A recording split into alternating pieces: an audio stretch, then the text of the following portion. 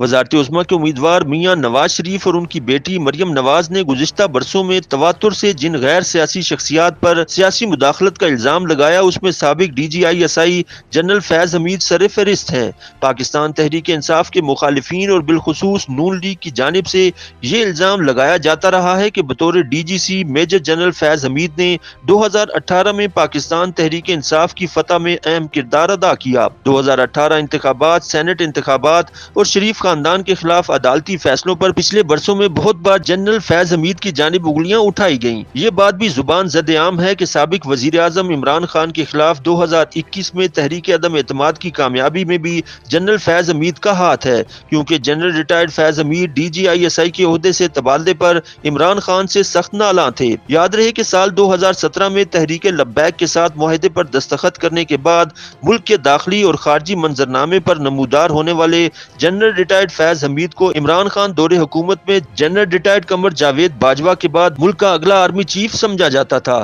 تاہم اپریل 2022 میں پاکستان تحریک انصاف کی حکومت کے خاتمے کے بعد صورتحال یکسر بدل گئی۔ نومبر 2022 میں جنرل سید عاصم منیر کی آرمی چیف کے عہدے پر تعیناتی کے اعلان کے بعد انہوں نے ریٹائرمنٹ کا فیصلہ کیا اور یوں وہ بظاہر ملک کے داخلی منظرنامے سے پس پردہ چلے گئے۔ تاہم جس دوران جنرل ریٹائرڈ فیض حمید خفیہ ایجنسی کے سربراہ رہے، اس تمام وقت میں حکومتی معاملات میں ان کا خاصا اثر و رسوخ سمجھا جاتا تھا۔ وی نیوز کو ایک انٹرویو میں پاکستان تحریک انصاف کا حصہ رہنے والے ندیم افضل چند نے کہا تھا کہ بطور D G I S I general retired Faiz Hameed حکومت اور پاکستان تحریک انصاف کا حصہ تھے۔ ان کی قبل از وقت ریٹائرمنٹ پر چکوال میں منعقدہ ایک تقریب میں انہیں پاکستان تحریک انصاف کے ایک مقامی عہدیدار نے ان کے دوران سروس علاقے میں ترقیاتی کام کرانے پر شکریہ ادا کیا اور انہیں باقاعدہ عملی سیاست میں شمولیت اختیار کرنے کی دعوت بھی دی، جس کا انہوں نے شکریہ ادا کیا، تاہم وہ سیاسی منظرنامے پر دوبارہ ظاہر نہیں ہوئے۔ تاہم انتخابات 2024 سے قبل سوشل میڈیا پر چند تصاویر میں چکوال کے حلقہ NA58 سے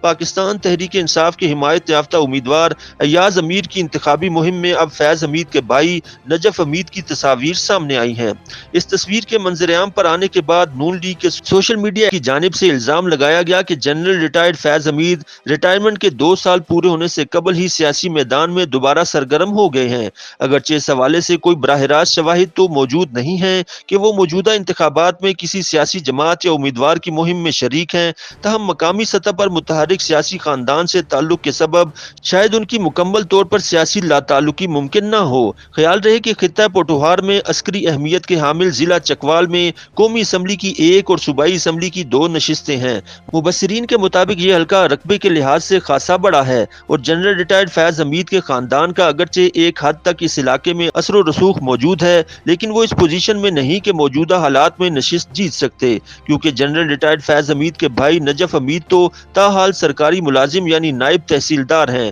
جنہیں فروری 2023 میں معطل کیا گیا تھا، تاہم نوکری سے برخاست نہیں کیا گیا تھا، اس لیے بطور سرکاری ملازم تو وہ حصہ لینے سے رہے، جبکہ جنرل ریٹائرڈ فیض حمید کی ریٹائرمنٹ کو بھی فی الحال 2 برس پورے نہیں ہوئے اور وہ زیر عطاب بھی ہیں، اس لیے ان کے خاندان کے لیے ٹکٹ لینا یا ٹکٹ دیا جانا مشکل تھا۔ مبصرین کے بقول اگر انہیں اپنے خاندان کے لیے ہی ٹکٹ لینا ہوتا تو 2018 کے انتخابات میں یہ بہت آسان تھا، لیکن چکوال کے اس وسیع و عریض حلقے پر زمینی حقائق کا ادراک کرتے ہوئے انہوں نے اس وقت بھی سابقہ نون لیگی ایم پی اے ذوالفقار دلہ کو پاکستان تحریک انصاف میں لا کر قومی اسمبلی کا امیدوار بنانا مناسب سمجھا تھا۔ ویسے دلچسپ بات یہ ہے کہ موجودہ انتخابات میں ذوالفقار دلہ پیپلز پارٹی کے ٹکٹ پر قومی اسمبلی کے امیدوار ہیں، تاہم سوال پیدا ہوتا ہے کہ کیا الیکشن 2024 میں تحریک انصاف کے امیدوار کو جنرل ریٹائرڈ فیض حمید کی حمایت حاصل ہے؟ چکوال کے تقریباً تمام ہی صحافیوں نے اس بات کی تصدیق کی کہ پاکستان تحریک انصاف کے امیدوار ایاز امیر کو